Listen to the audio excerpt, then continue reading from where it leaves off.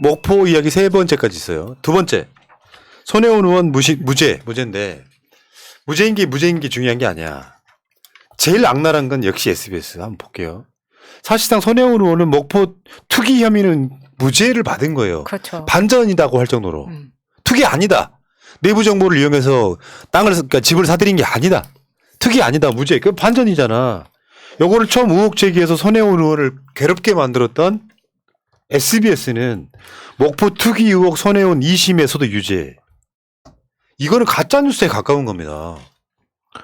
그렇죠. 교묘하게 맥락을. 야, 김민정 기자 이런 개 끝까지 판다라고 하는 SBS 8시 뉴스에 코너가 있었어요. 거기서 뭐 손혜원 의원이 투기를 했다라고 해서 이렇게 한 2년 가까이를 재판받게 만드는, 그러면 2심에서 SBS 니들이 보도를 할 때는 투기 의혹 무죄라고 해줘야 되는 거예요. 그러니까 끝까지 목리 부리는 거죠. 헤드라인으로 딱 봐도 전체 어제 손혜원 의원 무죄 떴을 때 각 언론사들 헤드라인에서 SBS가 가장 튀었습니다. 그 말은 본인들이 제기했던 문제가 무죄가 나니까 지금 끝까지 손혜원이 2심에서도 유죄, 그것도 벌금 1,000만 원? 그거 받은 걸로 완전히 유죄처럼 저런 헤드라인을 뽑는 거예요. 근데 저 김민정 기자라는 사람이, 우리 민정이 아주 열심히 하는 기자더라고. 이게 공중파 기자가 이렇게 편파적이어도 되나 싶을 정도로 지금 헤드라인들을 보면 가관이에요. 예를 들면 뭐 예전에 이제 조국 장관 공격할 때도 서울대 고대생 조국 향해 촛불 정치 색채는 경계라면서 이런, 그러니까 굉장히 편향적인 기사, 그리고 왜 김남국 의원 팟캐스트 출연해서 문제됐을 때 그런 것들 아무것도 아닌, 그 여성 비하라고는 하지만 그때 아무것도 아니었었거든요. 본인이 말을 한 분량이 별로 없었기 때문에. 근데 그거 가지고 논란으로 부추기고 이런 거 했던 그 타이틀만 봐도 화려한 기사들을 많이 쓴 사람입니다. 이게 공중파 기사입니까? 기자입니까? 무럭무럭 자라서 김만배 돼야 되는데 왜 그러세요? 애를 길을 죽이고 그러세요. 김만배 되고 싶은데 끝까지 판다가 아니라 끝까지 팬다로 바꿔야죠. 부끄러운 줄 모르는 거죠. 진짜 부끄러운 줄 알아야 됩니다. 보도가 어쩌다 보면 진짜로 그게 악의성이 없었다면 잘못 나가는 보도는 정정하면 돼요. 정정하면 되죠. 근데 그것도 싫은 거야. 아니 어떻게 저런 헤드라인을 달아요. 2심서도. 그게 내가 그랬잖아. 그 조국 장관 부인 정경심 교수랑 똑같은 구조라고.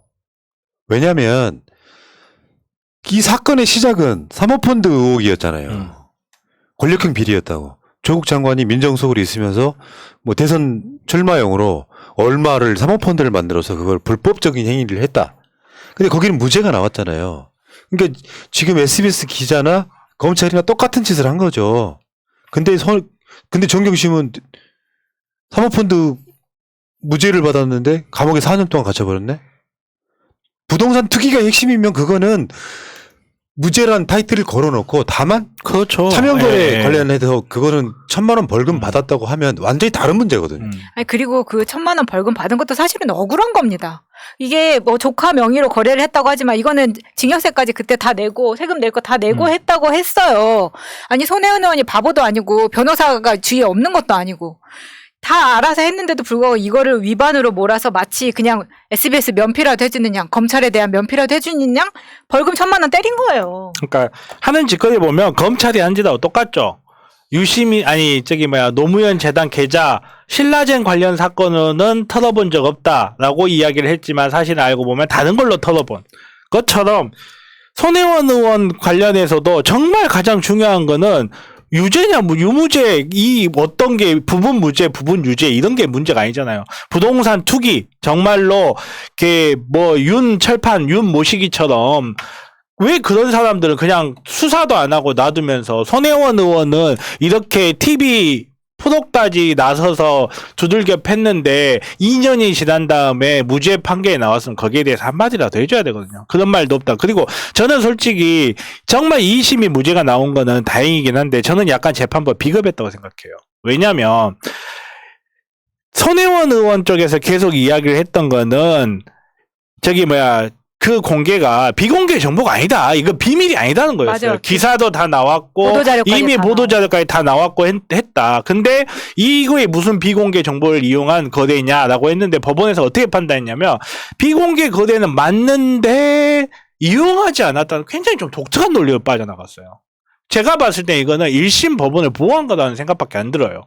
지들끼리 가르치는 그렇죠. 그러니까 예. 면피한 용이라니까요. 지들게 1심에서는 그렇게 때렸는데 2심에서는 그렇게 때렸다가 넘어갈 것 같고 그렇다고 해서 몽창 닫겠다가 또 1심 법원이 욕먹을 것 같고 하니까 약간 좀 비겁한 방법으로 빠져나갔지 않았나 하는 그런 못된 변호사가 아직도 있더라고요. 저는 그렇게 생각 안 하죠. 당연히. 근데 이것도 골 때리는 게 유죄에 난 그 1,000만 원짜리 벌금 조카 명의로 거래했다. 이게 부동산 실명법 위반이라고 지금 1,000만 원이 나온 거거든요. 근데 그 증여한 거라며. 그래서 증여세까지 냈다며. 그러니까 이거는 사실상 손해원 건데 조카 이름으로 거래했다는 걸로 1,000만 원 나오는. 그 이건 재판부의 뇌피셜인 거죠. 그래서 지금 대법원의 판단을 받아보겠다 이런 거거든요. 그러니까 법이 얼마나 기울어졌는지 다시 한번 이야기를 하지만 정경희 교수님은 그 헤어 디자이너하고 동생 이름으로 계좌를 이용해서 거래했다고 지금 4년으로 징역을 살고 계시죠. 근데 윤석열은 그런 행위를 했다고 공중파에서 대놓고 이야기해도 아무도 문제를 안 삼는 게 우리나라예요. 진짜 깔때기다 깔때기. 뭘로 가든 윤석열로 끝나네요. 아니 제가 그만큼 그분을 항상 생각하고 존경하니까. 그러니까 시점상으로요. 이제 부동산 투기니까 그 부패 방지법 위반으로 지금 기소가 됐던 건데 실제로 목포시에서 나왔던 개발 계획이 나오기 전에 이미 SNS 등에서 목포로 가자 같은 우리 방송도 출연하셨잖아요. 그때 당시에 그 젠트리피케이션 관련해 가지고. 그렇죠. 그러니까 내부 정보를 이용해서 뭐 뭘 사들였거나 하는 소위 말하면 부동산 투기가 아니다 이렇게 인정을 받은 거죠. 그리고 제가 이거 판결문 비평도 했는데 얻었다는 이득이 보면 700 몇만 원, 800 몇만 원, 제일 많은 게 1억 얼마 정도예요. 손혜원 의원님이 자기 재산이 50억이 넘는 분인데 이거 가지고 비공개 기밀로 돈을 버는데 겨우 번 게 정말 몇천만 원이 안 돼요. 그 자체가 사실 웃기는 거잖아요. 목포시의 근대의 문화유산 활용이라는 순수한 목적과 함께 부동산 취득 후 시가 상승이라는 경제적 동기로 범행에 이르게 됐다 이렇게 그 1심에서 판결을 했었거든요. 그것이 이제 아까 좀 전에 네. 정필승 변호사가 말한 그 결과물인데 네. 그게 아니라는 저는 뭐 대법원에서도 그 차명거래에 관련한 이 부분도 좀 무죄가 나올 가능성이 있다. 그러면 이게 지금 뭐 거의 뭐 횟수로는 한 3년 다 돼가는 그렇게 사람을 달달달 볶아버리는 그런 짓들은 좀 안 했으면 좋겠고요. 어쨌든 목포에서 이제 막 좋은 일이 일어나는 상황이에요. 목포 관련해서 여기까지가 두 번째.